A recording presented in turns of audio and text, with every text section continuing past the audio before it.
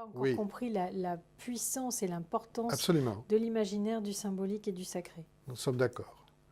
Alors, je voudrais donc rembobiner un peu Je vous en prie. pour essayer d'avancer ensuite. Et si nous revenons à l'histoire de nos imaginaires, Gilbert Durand a très bien précisé qu'il y avait trois programmes qui gèrent notre imagination, notre système de représentation. On va les répéter, on va leur dire simplement parce que je pense que c'est important que, que cette connaissance puisse être transmise. Nous avons, et nous connaissons très bien, parce qu'on l'a hyper utilisé, le traitement par le dualisme, la dualité, noir ou blanc, froid ou chaud, femme ou homme, bon, etc., qui est un système qu'on a caractérisé des solaires, dualistes, et dans lesquels la raison se plaît bien et permet de travailler très bien, parce qu'elle peut découper, ranger, séparer, vous voyez, et la transcendance, à ces niveaux-là, devient une énorme échelle. Et le sacré devient une sorte d'ascension permanente. Donc c'est assez clair pour nos logiques occidentales. Et là, on pensait se retrouver. D'un coup, on a perdu pied avec ces éléments-là, parce que finalement, la promesse du progrès, de ce traitement de l'imaginaire, ne s'est pas accomplie. Et donc, patatrac. Alors, comme en réalité, notre conscience doit voyager dans notre champ d'image et des programmes de l'imaginaire, elle voyage dans un autre registre aujourd'hui, qui est celui de l'imaginaire nocturne. On est passé du solaire, tout lumineux, tout défini, en contraste parfaitement net, à un imaginaire chaotique, confus, confusionnel, qui est l'imaginaire nocturne. Moi, je l'appelle dans mes cours imaginaire de minuit, où l'intérêt de l'obscurité, c'est qu'on ne peut pas trop distinguer, et les choses peuvent se ressembler, se confondre. Ça peut créer des analogies, mais ça peut créer des terribles confusions. Mais en même temps, dans la nuit, on se régénère. La nuit est associée à la mort, à l'inconscient, aux matériaux qu'il faut aller pêcher pour rétroalimenter des choses nouvelles. Donc l'intérêt de l'imaginaire nocturne, j'ose dire, c'est que dans ces chaos restent les éléments symboliques, mythiques, archétypales, dégradés, je concède, confus, je concède, mais accessibles. Accessibles.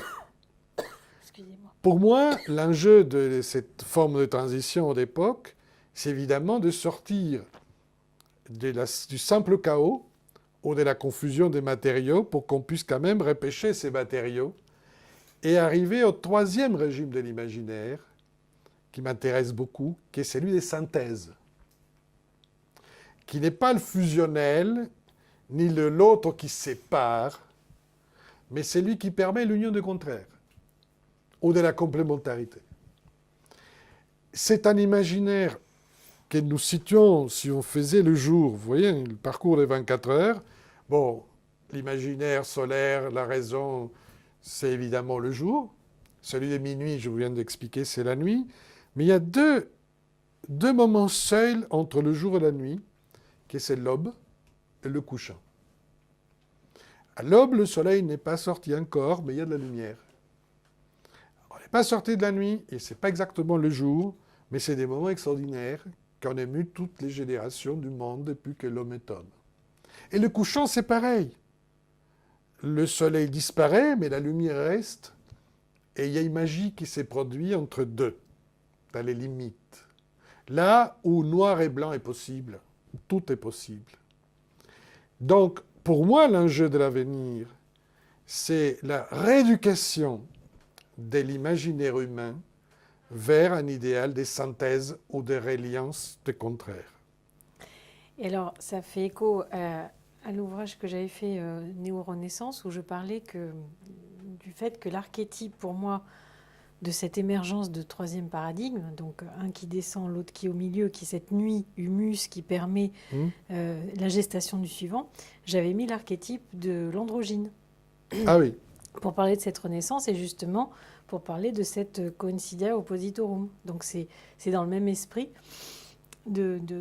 Alors, pour que ça soit clair, évidemment, vous comprenez, mais je m'adresse aux auditeurs, c'est pas l'androgyne dans son côté physique, c'est l'androgyne archétypale qui permet une nouvelle genèse, une nouvelle mythologie, une nouvelle possibilité, un nouveau monde, un nouvel imaginaire. À l'origine, toutes les traditions expliquent qu'il y a père-mère. Ensuite, les choses vont se différencier pour pouvoir agir dans le monde. Puisque l'androgyne, contenant toutes les virtualités et possibilités, donc étant à l'origine des choses, ne peut pas agir complètement dans le monde. Il peut inspirer l'union des contraires. Bon, voilà. Donc, je voulais simplement clarifier, encore une fois, que nous avons tous ces trois programmes chez nous. Nous avons la chance de pouvoir traiter la réalité en opposition. Nous avons la chance de pouvoir les traiter en fusion ou en relation fusionnelle, chaotique, et nous avons la possibilité de traiter la réalité et en union de contraires, c'est-à-dire en logique de et pas de ou. Bon, si quelqu'un est équilibré, normalement, il y a des moments où il faut opposer, il y a des moments où il faut pas confondre, mais accepter l'ambiguïté et aussi l'euphémisation des choses. Parce que parfois, on ne peut pas tout dramatiser. Et parfois, il faut dire, bon, mais c'est rien. Mais aussi, nous pouvons comprendre que pour coopérer avec l'autre, pour être solidaire avec l'autre, il va falloir quand même se relier en complémentarité et pas simplement en opposition. Et ça, c'est notre chance. Le problème, c'est que cet aspect de notre imaginaire qu'on partage avec toute l'humanité et dont les symboles sont clairs, comme l'arbre, l'arbre est un symbole de synthèse, les racines sont sous la terre, le tronc se lève, les branches s'ouvrent vers le ciel, donc d'un coup, c'est l'ordre du monde, l'image de l'univers qui permet de relier ciel-terre ensemble, est une extraordinaire expression, par exemple, comme symbole. Donc, il faut qu'on comprenne ça. Je ne suis pas en train de dire on a lobotomisé, c'est lobotomisé d'un programme. Le problème, c'est que l'hypertrophie, je répète, de notre système éducatif vers la logique rationnelle et en excluant les éléments affectifs et en excluant la vue d'ensemble, produit des pathologies de l'imaginaire. Parce que les sociétés peuvent avoir des pathologies, pas simplement les individus. Et donc, on est devant ce type de pathologies, et c'est l'effondrement donc de ce modèle qui produit le désarroi et la crise symbolique d'aujourd'hui, puisqu'on ne peut plus se représenter le monde à partir simplement de l'imaginaire solaire. D'une part, et donc cette crise de l'imaginaire, elle a un effet puisqu'on a une articulation entre l'imaginaire qui nourrit des représentations, qui vont nourrir une pensée, qui vont se traduire par des actions. Oui.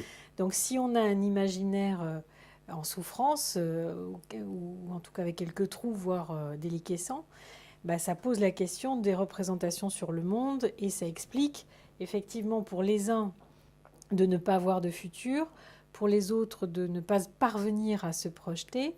Et donc c'est intéressant de voir comment s'y prennent les plus jeunes, parce que quand on parle des jeunes, comme toute catégorie, elle n'est évidemment pas homogène. Non. Donc on va avoir certains qui vont y réagir par une extrême violence. Cette violence qui est justement l'incapacité de prendre de la distance et de la symbolisation. Donc on a ceux-là qui sont, eux, dans cet imaginaire pathologique. On en a d'autres qui font du bricolage à la Lévi-Strauss, c'est-à-dire qui ne sont plus dans une distanciation symbolique du réel pour le concevoir, l'imaginer, mais qui le font, qui le fabriquent. Et donc on peut imaginer que ces fabrications, ces bricolages de personnes qu'on appelle des makers ou des doers, ça dépend comment on le dit, vont sans doute réamener à une modélisation, et cette modélisation va ramener des représentations qui vont ramener des éléments théoriques qui vont se réinscrire dans des nouveaux archétypes, qui vont nourrir un nouvel imaginaire. Oui, c'est ça que j'essayais d'expliquer avec l'intérêt de la période actuelle, du chaos et de l'imaginaire nocturne. Parce qu'ils sont en train de bricoler, et peut-être pas avec la compréhension de ce qu'ils bricolent, dans le sens conscient toujours, mais ce qui est important, c'est qu'aujourd'hui, les nouvelles générations sont sensibles au passé archaïque de l'être humain. C'est-à-dire que l'origine des peuples originaires, des traditions essentielles, parle aux nouvelles générations.